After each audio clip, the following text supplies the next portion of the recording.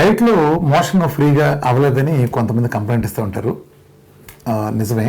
కొంతమందిలో ఉండే ప్రాబ్లం ఏంటంటే మన డైట్ నాన్ వెజిటేరియన్స్ కొంచెం పండగ చేసుకున్నట్టు చేస్తారు. ఎందుకంటే ఇదివరకు వారానికి ఒకసారి తినేవాళ్ళు ఇప్పుడు నేను 7 రోజులు తినచ్చు అనేటప్పటికీ తక్కువ క్వాంటిటీ అయినప్పటికీ నాన్ వెజ్ తినేసి సరిపెట్టేసేవాళ్ళు ఉంటారు. ఒక చిన్న ఇబ్బంది ఉంది. నాన్ వెజ్ ఏంటంటే గ్లూకోజ్ 0 దాంట్లో.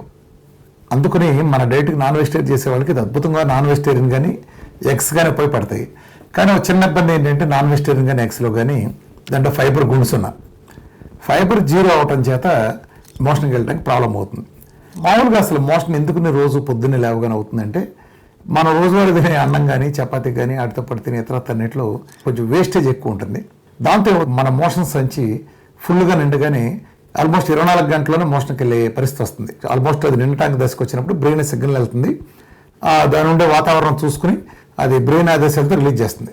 సో నిజానికి మోషన్ అనేది మీరు ఒకరోజు అవ్వకపోతే కొంప మునిగే విషయం ఏం కాదు.